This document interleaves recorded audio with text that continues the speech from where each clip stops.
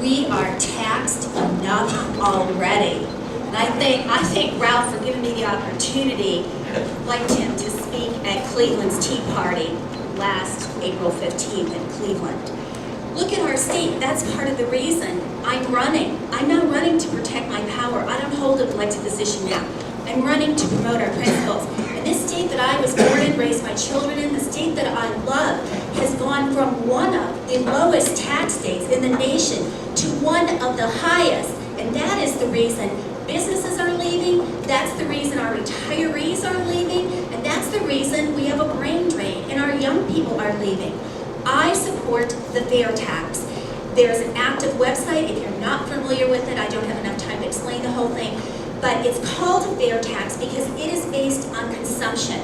And it does away with federal income tax, inheritance tax, all the taxes coming out of your paycheck. Imagine actually getting a paycheck full of what you earn without tax taken out of it. And then it's based on what you spend, and up to the federal poverty level, there's no taxes paid. It truly is a fair tax. But I learned as county auditor, auditors write the paychecks for what government spends. There are so much waste and fraud in government. And I do agree with my fellow gentlemen up here. The only way to stop government from spending out of control is to cut the taxes. And I'm going to say, go to my website, sandraobrien.com, and look at the two people that you have in the Republican primary running for Secretary of State. I didn't raise your gasoline tax 6 cents a gallon, and I didn't raise your sales tax, and I didn't implement the new commercial activity tax that now places a tax on groceries.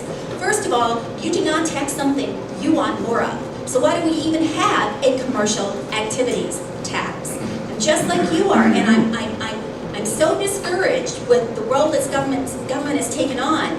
But those of us here need you to go and tell your family and friends who the true conservatives are, who actually represents limited government. Thank you. Thank you very much. And we have another addition to our panel, Pete Corrigan, who is running in the 10th district. Pete.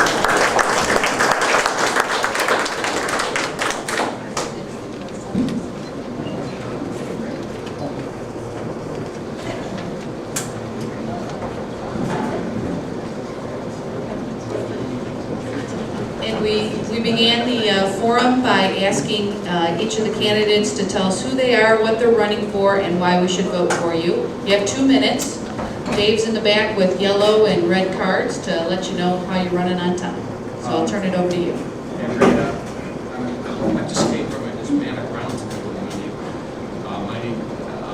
And I'm still stuck. Can you hear me? No, we can't hear you. I just came from a Hispanic roundtable meeting. I'm still stuck by what I heard from the other candidates. My name's Peter Corrigan. I'm a congressional candidate in the 10th district for I'm running against Dennis Kucinich.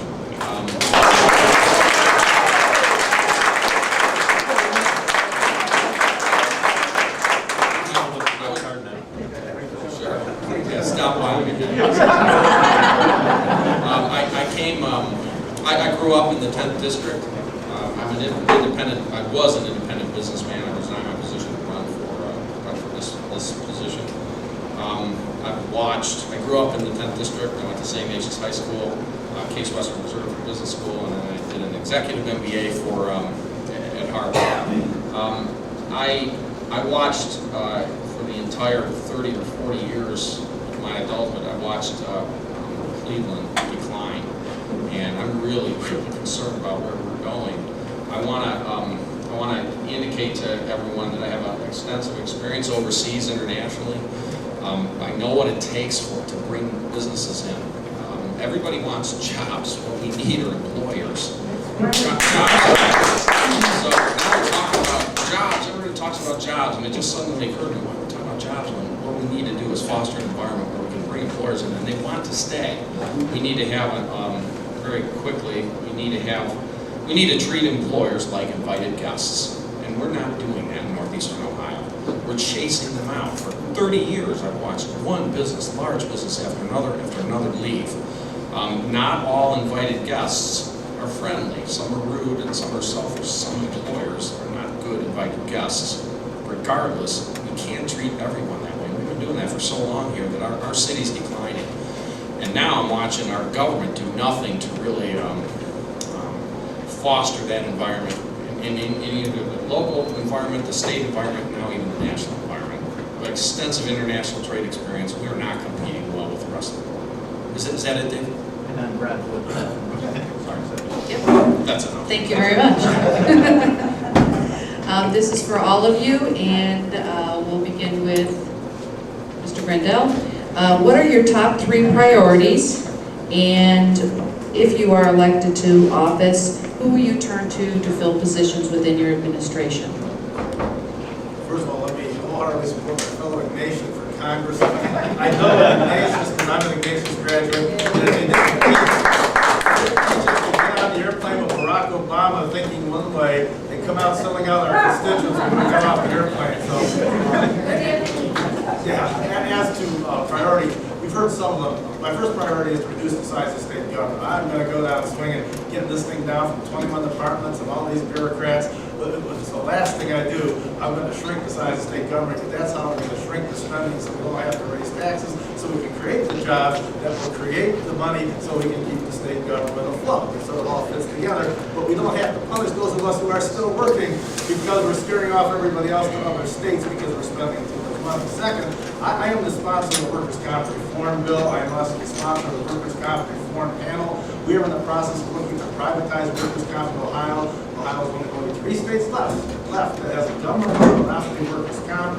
When in West Virginia, not exactly the enlightened state to our south, when they haven't privatized workers' comp, they reduced the premiums by 45%, the fraud by 50%, and increased the training management by 45%. Ohio needs to get out of the dark ages. The government-run system in Ohio, as you all know, has been the source of a lot of embarrassment and other problems over the years. Private business can do it better. We need to go there. Last but not least, I think we got to reform that tax system we have. Like Seth said, once we get the spending under control, we can bring those taxes under control and simplify the system that we use here in Ohio. As to hiring, I just get to hire one legislative aide. If I move to the House, I'm bringing my legislative aide from the Senate. She's been 27 years in government. She actually knows how it works, and she's willing to take the slings and arrows with me. Which is a good thing because, as Seth can tell you, they want us to all be yes people out there, and I refuse to be a yes person. I don't mind taking the licks, and neither does my legislative aide, and that's what it takes to stand up to some of the politics as usual that they want to shove down our throats now. Thank you.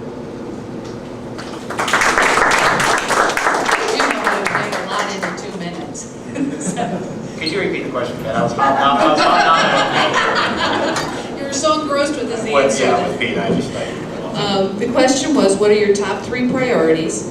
And if you are elected, who would you turn to fill positions within your administration? Well, the Auditor State Office is a little difficult for people to get excited about, so I may put you to sleep a little bit here. But the top 3 priorities basically are this. First of all, to run as efficient an office as possible. I mean, with Ohio and the condition it's in, that ought to be the first priority that any statewide executive office holder has.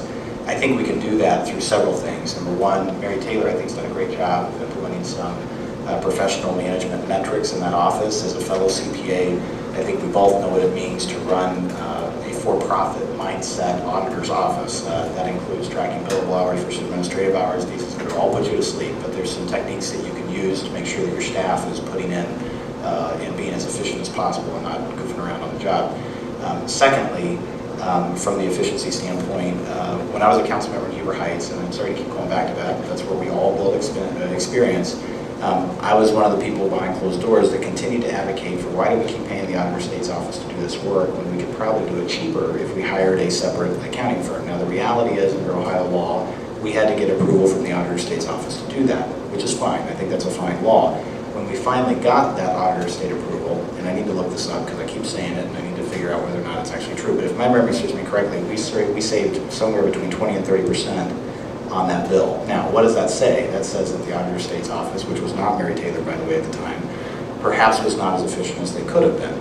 I've met with Mary's staff. The rules of government turn very slowly. She's doing everything she can to expand what they call the IPAs, or the independent public accounting firms that are doing work through her office.